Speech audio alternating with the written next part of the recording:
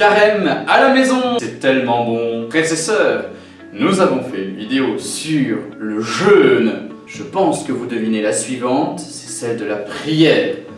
Petit suspense, mais à mon avis, le Père Pascal, peut-être même avec Isabelle, fera une vidéo sur le partage, l'aumône dans pas longtemps. Je vous ai fait à nouveau un petit coin prière parce que nous sommes des êtres incarnés. Dieu, lui, il est partout, tout le temps, invisible, tout puissant. On peut le prier partout. Dieu n'a pas besoin d'un lieu pour nous rencontrer. C'est nous qui avons besoin d'un espace. Donc je vous ai refait un petit coin de prière pour vous inviter à nouveau. Mais en réalité, c'est surtout pour penser au bon Jésus et à la Sainte Vierge Marie. Comme prière aujourd'hui, j'aimerais bien, dans les prochaines fois, nous aider, parce que j'en ai besoin aussi, à développer différents aspects de la prière. Aujourd'hui, je voudrais commencer d'abord par des thèmes généraux, puis ensuite par la prière de demande, ce qu'on appelle la prière d'intercession, de supplication. D'abord quelques aspects généraux. On a eu un beau texte dans la liturgie des heures, c'était il n'y a pas longtemps, Homélie du 5e siècle. Donc c'est un texte du 5e siècle qui dit ceci: la prière, elle est communication et union avec Dieu. Quand vous priez, en fait vous communiquez, vous parlez avec Dieu, et le fait de parler vous unit à Dieu. Quand vous parlez avec Dieu, eh bien Dieu descend en vous et vous élève vers lui. L'âme, elle est faite pour le ciel. Nous sommes faits pour le paradis. Nous sommes faits pour être dans le bonheur de Dieu éternel. Prier, c'est mettre un pied au ciel. Prier, c'est permettre au ciel de mettre un pied en nous. Et donc voilà, la prière, elle est communication et union avec Dieu. Le curé d'Ars disait, c'est comme deux morceaux de cire, Dieu et nous. Quand on prie, ils fondent tous les deux pour faire qu'un. Chez Pio.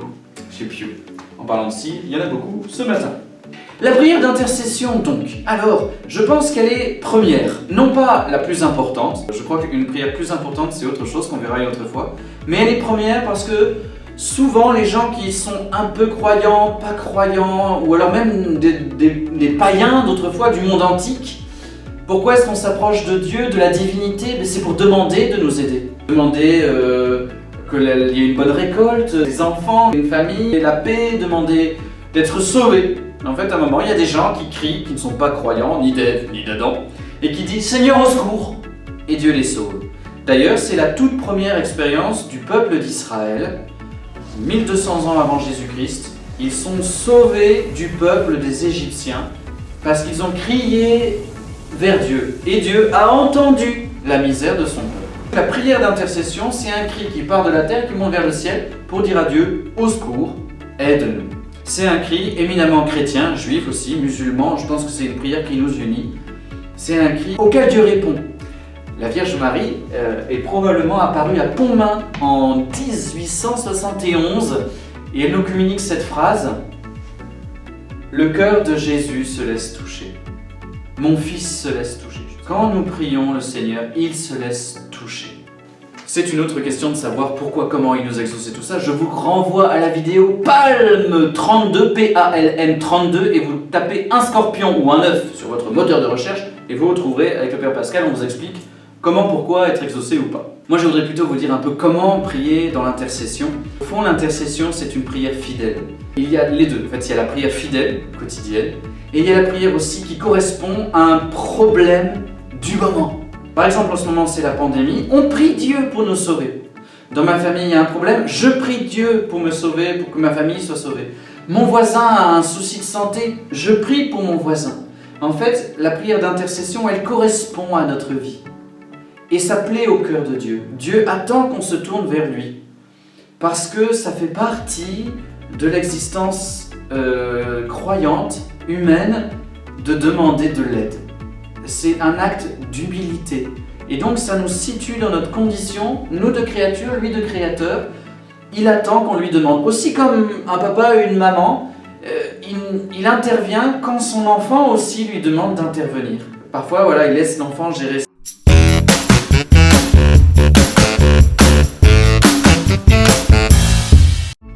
Quand l'enfant dit « en fait je peux pas y arriver tout seul », il se tourne vers papa et alors là papa vient, et il l'aide, ou maman vient et l'aide à solutionner, ne fait pas forcément tout à sa place. Et donc cette prière, elle est éminemment belle, la prière d'intercession, qui correspond soit à des événements précis, soit aussi elle est rituelle. C'est-à-dire dans votre temps de prière du soir, je pense que c'est bon de mettre un moment d'intercession, de demande. Dans la prière liturgique des laudes et des vêpres, qui sont les deux grands offices, vers la fin de la prière, on demande, on loue d'abord et après on demande. Et ça fait vraiment partie de la vie chrétienne. Et il y a des conversions aussi, hein. Comment est-ce que des gens arrivent à la foi? Des fois, ils essayent, ils tentent le coup vers le bon Dieu, ils se rendent compte que Dieu les sauve, et du coup, ils font un pas de plus vers la foi. Deux petits moyens pour prier. Je commencerai par la Vierge Marie. Ce serait dommage de partir dans le carême et d'oublier que justement, on n'est pas tout seul pour advenir à la sainteté. Je vous invite à passer par Marie pour aller à Jésus. Marie, elle est toute puissante sur le cœur du Tout-Puissant. Et donc, Dieu, Jésus, nous l'a donné, hein. Il nous l'a vraiment donné pour qu'on intercède. Et là, c'est un chapelet, voilà, moi j'ai un chapelet rose, c'est du plastique tout simple, mais il m'aide à prier avec le « Je crois en Dieu, notre Père, je vous salue Marie, gloire au Père ».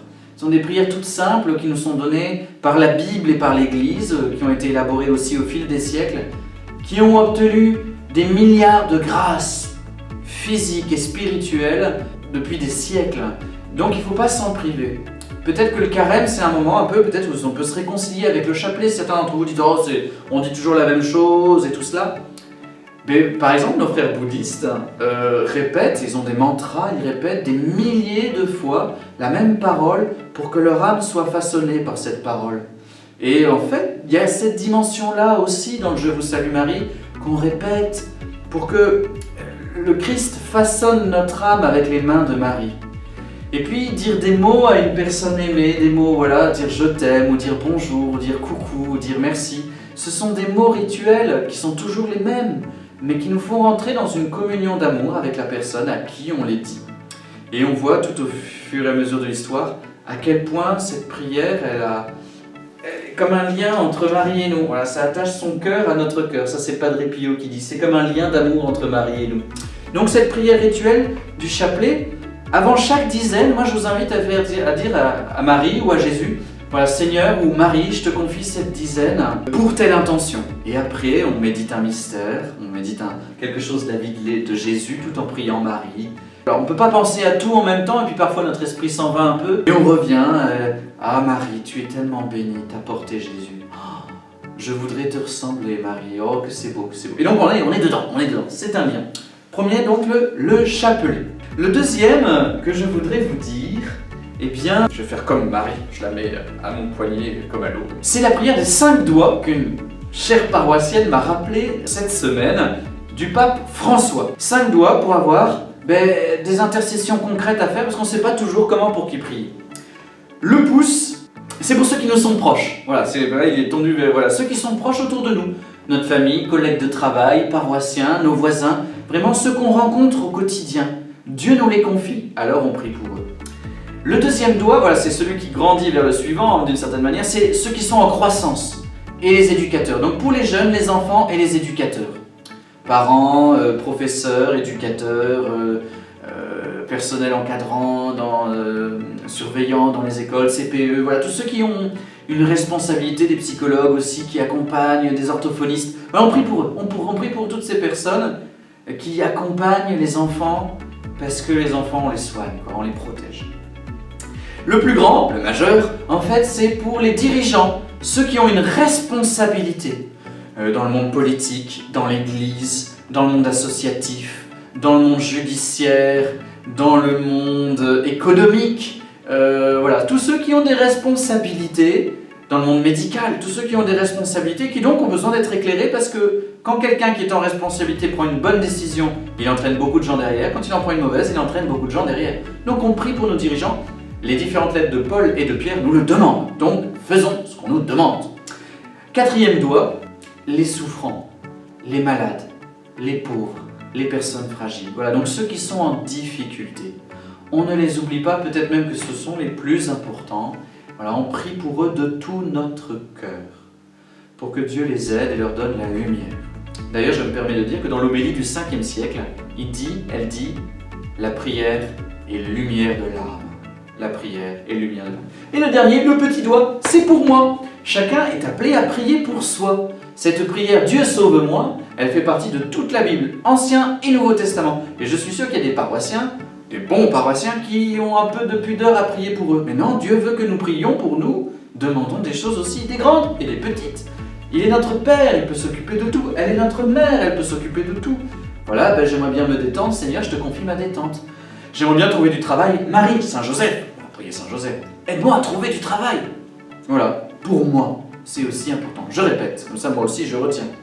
Pour ceux qui nous sont proches, pour les jeunes et les enfants, les éducateurs, pour ceux qui nous dirigent, pour ceux qui sont souffrants et pour moi.